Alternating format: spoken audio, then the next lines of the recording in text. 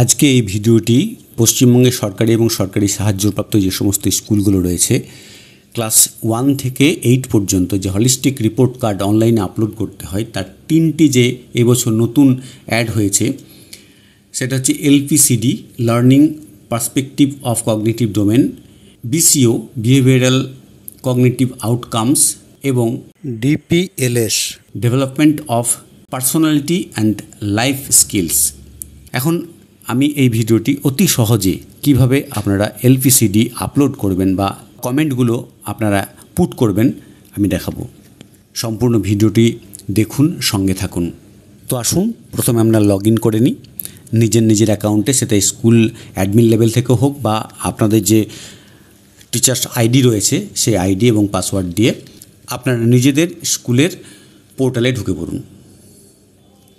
Log in করার পর প্রথমে আপনারা এরকম ইন্টারফেস দেখতে পারবেন। এরপর দেখুন এই যে স্টুডেন্ট, টোটাল স্টুডেন্ট এইচপিআরসিতে ক্লিক করবেন। ফরমেটিভ সামাটিভ ছেড়ে দিলাম। ফরমেটিভ সামাটিভ ছেড়ে দিয়ে এখন আমার যে বিষয় আজকে learning perspective of cognitive domain click করুন।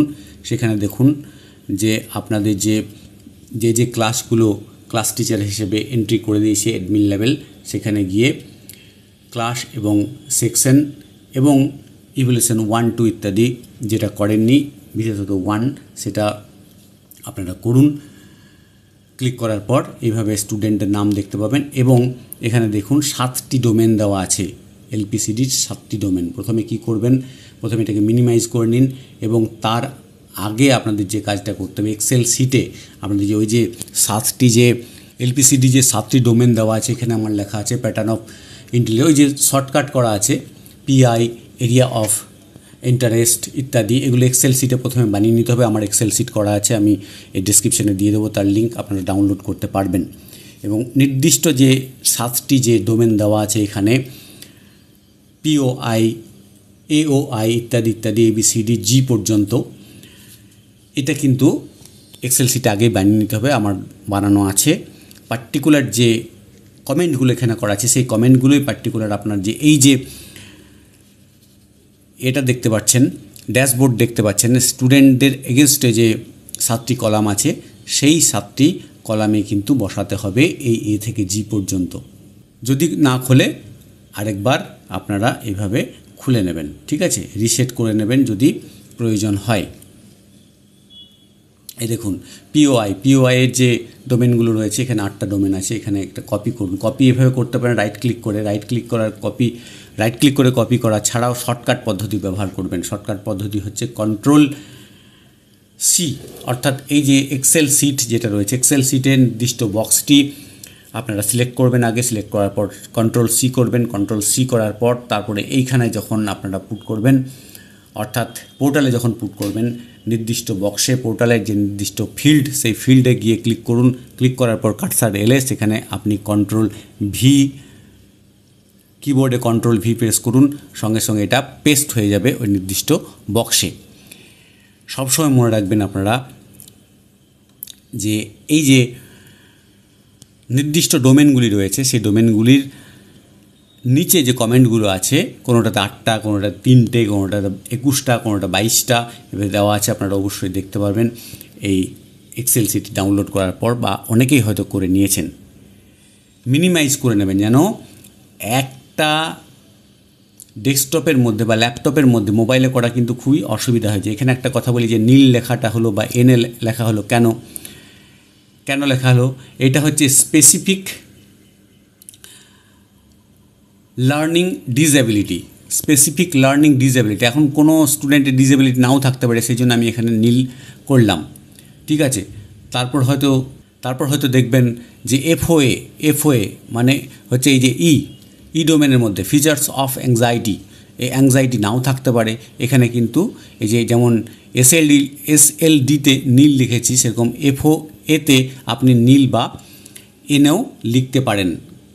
আপনার স্টুডেন্টের এরকম ধরনের কোনো অ্যাংজাইটি নাও থাকতে পারে, স্পেসিফিক লার্নিং ডিসএবিলিটি নাও থাকতে পারে, সেক্ষেত্রে আপনি এনে অথবা নীল লিখতে পারেন। যেটা বলার বিষয় সেটা হচ্ছে যে স্ক্রিন জুড়ে দুটো সেকশন করে নেবেন মিনিমাইজ করে এবং নির্দিষ্ট ড্র্যাগ সাইজ অনুযায়ী বাঁ দিকে রাখুন পোর্টালের ব্রাউজারটি ঠিকমতো ড্র্যাগ করে সাইজ করে নেবেন এবং ডান দিকে রাখুন এক্সেল শিটটি ঠিকভাবে ড্র্যাগ করে নিয়ে সাইজে একটা স্ক্রিনের মধ্যেই দুটি পার্ট করে নিন। একটা স্ক্রিনের মধ্যে দুটি পার্ট, যেন বারবার অন্য ট্যাব খুলতে না হয় বা অন্য কোনো উইন্ডো খুলতে না হয়। এই যে আমি নীল করে দিয়েছি এফওএতে, এভাবে আপনারা করে যাবেন। তাহলে যখন এক্সেলে যখন কোনো একটা সেলকে আপনি সিলেক্ট করবেন, ক্লিক করার পর সেখানে আপনি সিলেক্ট করার পর কন্ট্রোল সি, তারপর সেই কন্ট্রোল সিটা হয়ে যাওয়ার পরে আপনি চলে আসুন আপনার নির্দিষ্ট ব্রাউজারে, যেখানে আপনার পোর্টাল খোলা আছে। নির্দিষ্ট সেলে ক্লিক করুন। সেলে ক্লিক করার পর কন্ট্রোল ভি প্রেস করুন। দেখুন যেটা কপি করেছিলেন সেটা এখানে পেস্ট হয়ে যাবে।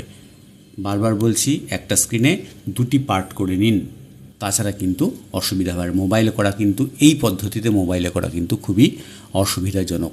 আরেকটা জিনিস, যখনই দেখবেন যে হলুদ হয়ে যাচ্ছে, এই হলুদ হয়ে গেলে কিন্তু এই যে এতগুলো, এই যে রোল 3 পর্যন্ত আমার বসানো হয়ে গেল, এরপরে কিন্তু রিসেট করবে না, তাহলে কিন্তু সবগুলো ব্ল্যাঙ্ক হয়ে যাবে। এই হলুদ হয়ে গেল, এই হলুদটা যতক্ষণ পর্যন্ত আমি কন্ট্রোল ভি করে পেস্ট করছেন এখানে, সেটা কিন্তু সাদা হবে না ব্যাকগ্রাউন্ড। এরপরে আপনি সেভ অ্যাজ ড্রাফট করুন। নির্দিষ্ট যে অ্যালার্ট মেসেজ আসছে 15 মিনিট পরে এটা সেভ হবে, আমি এটা ড্রাফট করে রাখলাম, আপনি সাবমিটও করতে পারেন। 15 মিনিট পরে এটা সেভ হবে ডাটাবেসে, পরবর্তী ক্ষেত্রে আপনারা যেতে পারবেন। ম্যাক্সিমাইজ করে নিন। এরপরে চলে আসুন এই যে বিসিওতে আসার পর দেখুন কি হয়। ঠিক আছে, এখানে সার্চ করার পর এটা কিন্তু খুলবে না, যেহেতু আপনার আগে এলপিসিডিটা এখনও পর্যন্ত সেভ হয়নি। 15 মিনিট অপেক্ষা আপনাকে অবশ্যই করতে হবে। 15 মিনিট হোক, 20 মিনিট হোক, এখানে অ্যালার্ট মেসেজ দিয়ে দিল যে আগে আপনি এলপিসিডি আগে কমপ্লিট করুন। কমপ্লিট করার পরে তারপরে কিন্তু করতে পারেন। এই যে ডিপিএলসি কিন্তু আপনি করতে পারবেন না যতক্ষণ পর্যন্ত থার্ড সামাটিভ কমপ্লিট হচ্ছে। লগ আউট করে বেরিয়ে যান।